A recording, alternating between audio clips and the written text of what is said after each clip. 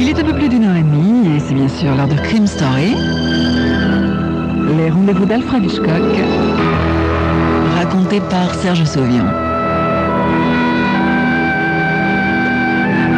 Aujourd'hui, L'œil du mouton de Roy Carroll.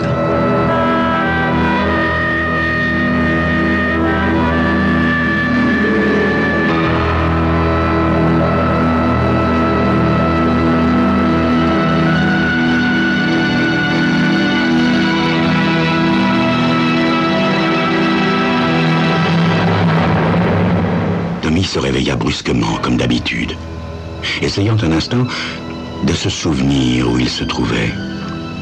Il sut de suite, à la mollesse du matelas, qu'il n'était pas dans sa cellule, à la prison, ni dans son vieux logement de North Beach. Et en même temps que ses pensées traversaient son esprit, il se souvint qu'il était chez Sarah. Elle avait toujours eu le meilleur lit de la ville. Réveillé, Tommy? Il souleva une paupière et vit Sarah debout à ses côtés, son vieux peignoir fané drapé sur ses larges hanches. Ouais, je suis réveillé. Tu te lèves? Tu veux que je prépare ton café? Ouais. Il soupira et referma l'œil. Tommy, qui n'avait que 38 ans, paraissait déjà d'un certain âge, un petit homme chauve au menton fuyant. Les gens ne le regardaient jamais 2 fois de suite, ce qui, après tout, était un avantage. Allez, amène-toi, Tommy, le café est servi. Finalement, il roula du lit et frotta son œil embué de sommeil. Il n'avait plus qu'un œil. L'autre, il l'avait perdu dans la cour de la prison d'État. Un type, dont il ignorait même le nom, l'avait boxé en plein visage, comme ça, sans raison. Sarah attendait, la cafetière à la main, quand il arriva à table dans sa chemise froissée. Il avait connu Sarah de temps à autre, depuis les 5 années qu'il était sorti de prison. Elle avait été bonne pour lui. C'est vrai qu'elle le nourrissait et qu'elle l'aimait bien. Elle lui parlait toujours de l'œil de verre qu'il devrait avoir, plutôt que ce vilain bandeau noir. Par bien des côtés, elle lui ressemblait. Une de ces nombreuses épaves qui vivent de briques et de brocs en marge de la société. Tommy avait essayé parfois de se représenter Sarah jeune fille, mais c'était impossible. Les femmes comme Sarah n'ont jamais été jeunes. Tu vas nous rapporter de la galette aujourd'hui, Tommy? Lui demanda-t-elle. L'argent de mon chèque du mois est déjà ratiboisé, enfin, presque. Ouais, je te le promets, dit Tommy. Il y a des tas de bons chevaux qui courent à l'Aqueduc aujourd'hui. J'ai besoin de ce fric pour bouffer ce soir, Tommy. Si tu veux coucher ici, il faut que tu payes ta part. Mais puisque je te dis que j'aurai du fric, arrête de beugler après moi dès le matin. Il la quitta après le petit déjeuner, respirant l'air vif, tandis qu'il arpentait la Clark Avenue et ses tristes façades de pierre. Quand il arriva au bowling, plusieurs habitués étaient déjà là, étudiant le programme des courses de la journée au-dessus de leur tasse de café. Tommy parla à quelques-uns et s'avança vers Big John. « Tu t'es levé de bonne heure ?» dit-il à Tommy. « Ouais, je suis chez Sarah pour le moment. Dis-moi, John, qu'est-ce qu'il y a de bon dans l'Aqueduc cet après-midi ?»« Il y a des gars qui font sur Tough Tiger dans la 5e. » Big John Miller était une sorte de géant qui dirigeait le bowling depuis un nombre incalculable d'années. Aucun jeune ne venait plus là car Big John n'avait jamais essayé de lutter avec le chrome et le néon des boîtes plus récentes. Mais il ne s'en souciait pas. Il se contentait d'une clientèle dans le genre de Tommy et des gars de son acabit. On appela Tommy au téléphone. Il prit la communication dans la cabine qui sentait le renfermé et le vieux mégot. « Allô? Ouais, c'est moi, Tommy. » Une voix familière lui parla doucement. « Besoin d'un peu de beurre dans tes épinards en ce moment, Tommy? » Ouais. Alors trouve-toi dans le parking du nouveau théâtre dans 10 minutes. Tommy raccrocha et revint dans la salle. « Faut que je sorte pour un bout de temps, John. Si j'étais parvenu pour l'heure des paris, mets $2 pour moi sur Tough Tiger. » Dans le parking du théâtre, Il n'y avait qu'une voiture, tapie contre le mur, comme un animal qui se dissimule. Tommy connaissait bien cette voiture qui ne portait pourtant aucune marque spéciale. Il s'avança vers elle et s'assit à côté du conducteur. « Qu'est-ce que tu deviens, Tommy ?» demanda celui-ci. « Bon, ça va à peu près, Monsieur Credy. » Sam Credy était un homme d'un aspect dur, doté d'yeux gris perçants et de mains puissantes. Tommy ne l'avait jamais vu rire ou même sourire. C'était un détective spécialement affecté au 10e district. « J'ai un petit boulot pour toi, Tommy, si t'as besoin d'argent. » Tommy essuya ses mains moites sur son vieux blue jean. « Bah, je suis plus très bon pour ce genre de job, Monsieur Credy. J'ai plus beaucoup de contacts. » $50, Tommy. 50 $, Monsieur Credy? Pourquoi faire? Sam Credy ne le regardait pas. Il fixait devant lui le parking désert. Hier soir, un peu après minuit, un gosse a été attaqué et jeté dehors du High Spot Bar. Il est à l'hôpital avec une mauvaise fracture du crâne. Les docteurs craignent que le cerveau ne soit atteint. Ça, c'est des trucs qui arrivent tous les jours, Monsieur Credy, dit Tommy, passant la main sur son mauvais œil. Le garçon rentrait chez lui après une soirée de danse donnée à son collège. Son nom est Jim Peterson. Son père, c'est le directeur du Morning Standard. Tommy inclina la tête. Il y a toujours un côté de voir les choses. Qu'est-ce que vous voulez exactement, Monsieur Credy? Credy soupira, les mains serrées sur son volant. Voilà, Tommy. Il est près de midi. Il me faut les noms des types qui ont fait le coup ce soir avant que le Morning Standard mette sous presse. Ça veut dire environ 9h, 9h30. Je sais pas si je peux, Monsieur Credy. Je connais plus personne. J'ai plus les mêmes contacts qu'avant. 50 $, Tommy. 50 $. Ce soir. Bon, ben, je vais voir, Monsieur Credy. Fais-le. Tu sais où me trouver, hein, Tommy? Tommy descendit de l'auto et se mit à marcher. Dans le passé, Tommy avait souvent rendu ce genre de service à Credy. C'était une source régulière de revenus et on n'avait pas à se biler pour les déclarations d'impôts. Ce soir, avec 50 $, il rendrait Sarah bougrement heureuse. Il pouvait vivre à deux pour une semaine et plus. Et avec un peu de veine, il arriverait peut-être à obtenir 75 $ de Credy. Sarah pourrait même peut-être s'acheter une nouvelle robe. Tommy alla jusqu'au High Spot, un petit bar assez loin de Clark Avenue, où les mordus de jazz se rencontraient. Le soir, ça n'était que bruit et lumière, et il n'y allait jamais. Mais dans la journée, ça n'était pas si mal. À midi, on pouvait même s'y faire servir un excellent sandwich. « Il y a eu un peu de grabuge hier soir, pas vrai ?» fit Tommy au barman une fois installé. « Du gâchis, ça, oui, » dit l'homme. « Le gosse a eu le crâne fracturé dans le parking derrière. J'ai eu les flics ici toute la matinée. C'est le fils d'un directeur de journal. Alors tu parles si les poulets vont se mettre en quatre. Je vois déjà les gros titres dans les journaux. » Tommy mordit dans son sandwich. « Tu connaissais le gosse? »« Oh, il venait quelquefois, un gentil môme. »« Mais dis-moi, minuit, c'était pas de bonne heure pour quitter une soirée de danse? Il avait une fille avec lui? » ?»« Non, non, était seul.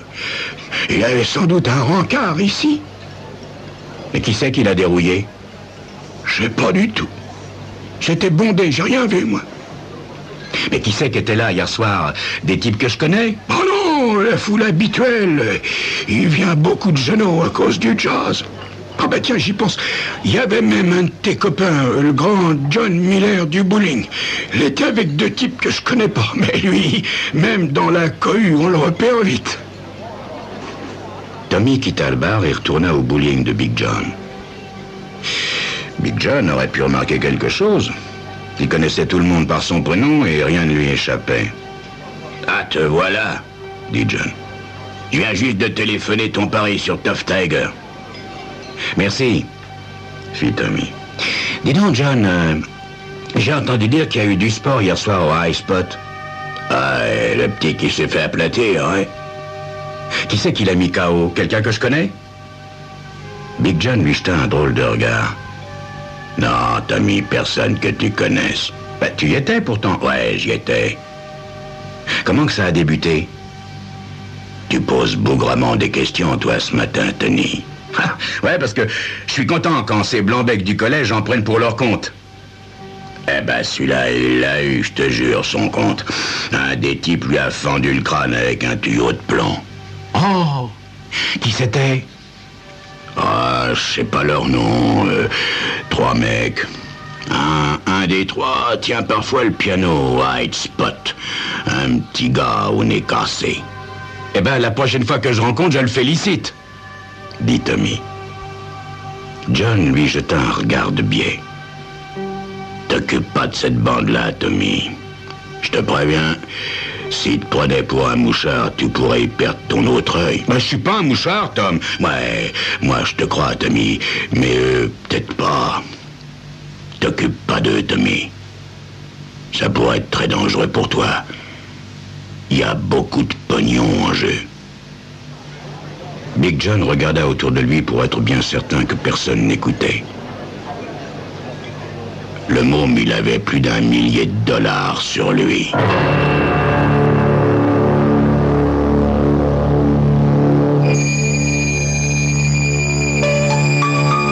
Qu'est-ce que c'est que cette histoire? Un môme de 18 ans qui se balade le soir avec 1000 dollars sur lui? Qu'est-ce que ça cache? C'est ce que vous saurez dans quelques instants.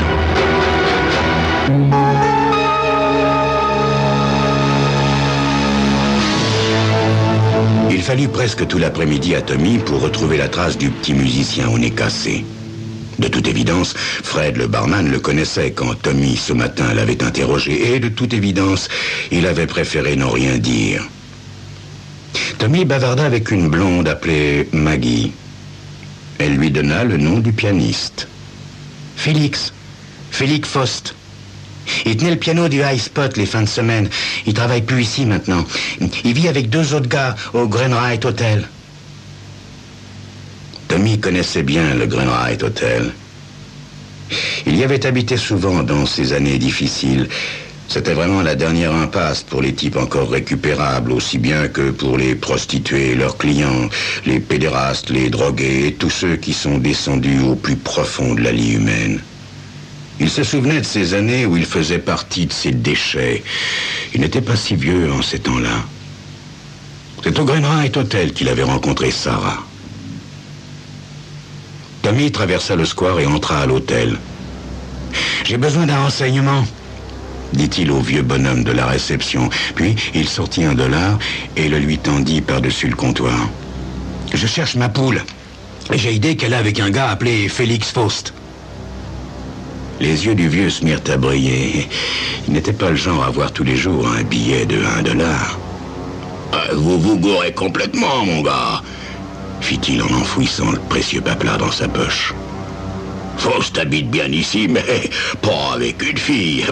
Il partage sa chambre avec 2 types. Mais voilà leur fiche d'entrée. Voyez là, Félix Faust, Robert Salamagan et Jonathan Gazag. Chambre 305.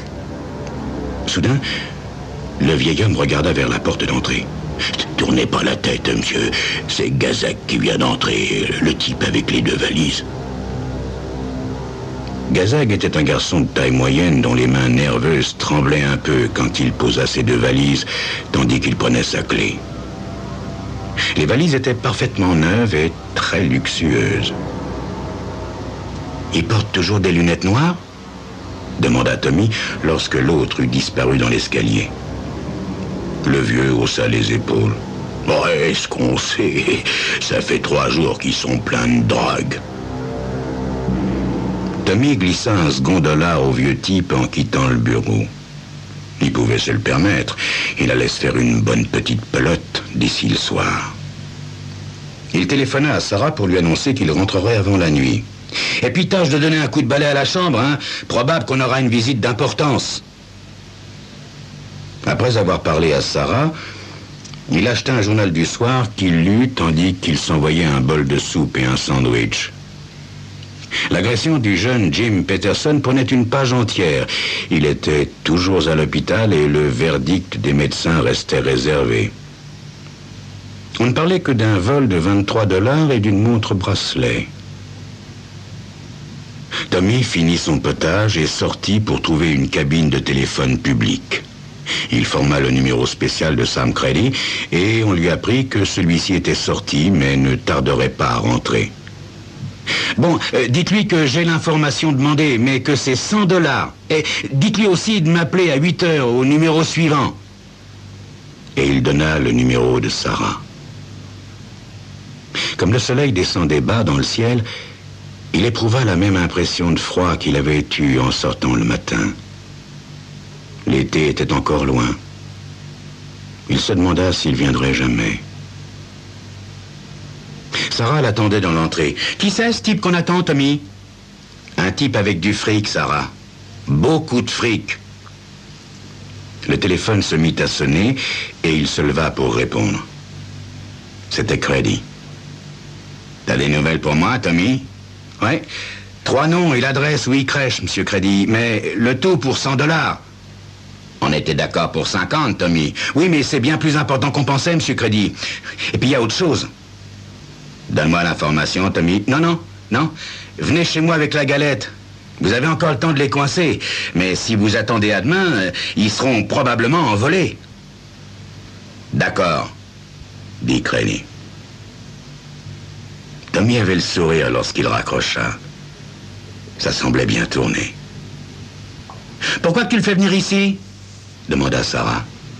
Je veux être sûr qu'il amène les 100 $. Et puis je tiens pas à le voir dans la rue. Le téléphone sonna de nouveau et Sarah décrocha. C'est pour toi, Tommy. C'est Big John. Et il a l'air drôle. Tommy prit le récepteur et écouta la voix de John. Ça va mal pour toi, Tommy. Ils savent que t'as posé des questions sur eux. Bah, qui ça? Faust et ses copains. Le vieux de l'hôtel leur a parlé. Tu leur as pas donné mon adresse, au moins? La voix de John faiblit. Faut que je pense à moi, Tommy. Je regrette. Tire-toi en vitesse. Pendant que Tommy dévalait l'escalier du fond, toutes sortes d'idées lui revinrent. Sûr que le barman connaissait le nom de famille du pianiste, et Big John aussi, mais chacun avait nié. Personne ne voulait plus se mouiller. Voilà pourquoi des hommes comme Crady devaient payer des hommes comme lui, Tommy, pour être informés. Voilà pourquoi. C'est toi, Tommy? Il se retourna sur le seuil à l'appel de son nom, conscient du danger. T'as posé des questions sur moi et mes copains? Beaucoup trop de questions, Tommy. C'est alors qu'il les aperçut, tout proches, portant leurs lunettes noires malgré l'obscurité. Je vous connais pas? Eh ben, tu vas nous connaître. Le plus petit le frappa fort et Tommy tomba à terre, protégeant automatiquement son œil valide. L'autre type lui envoya son pied dans l'estomac. Tu parleras plus à personne quand on en aura fini avec toi. Le troisième le frappa à la tête avec un tuyau de plomb. Tommy avait mal, très mal. Il sentait les coups lui marteler le corps comme jadis dans la cour de la prison d'État. Toute sa vie, les gens l'avaient piétiné, battu. Toute sa vie.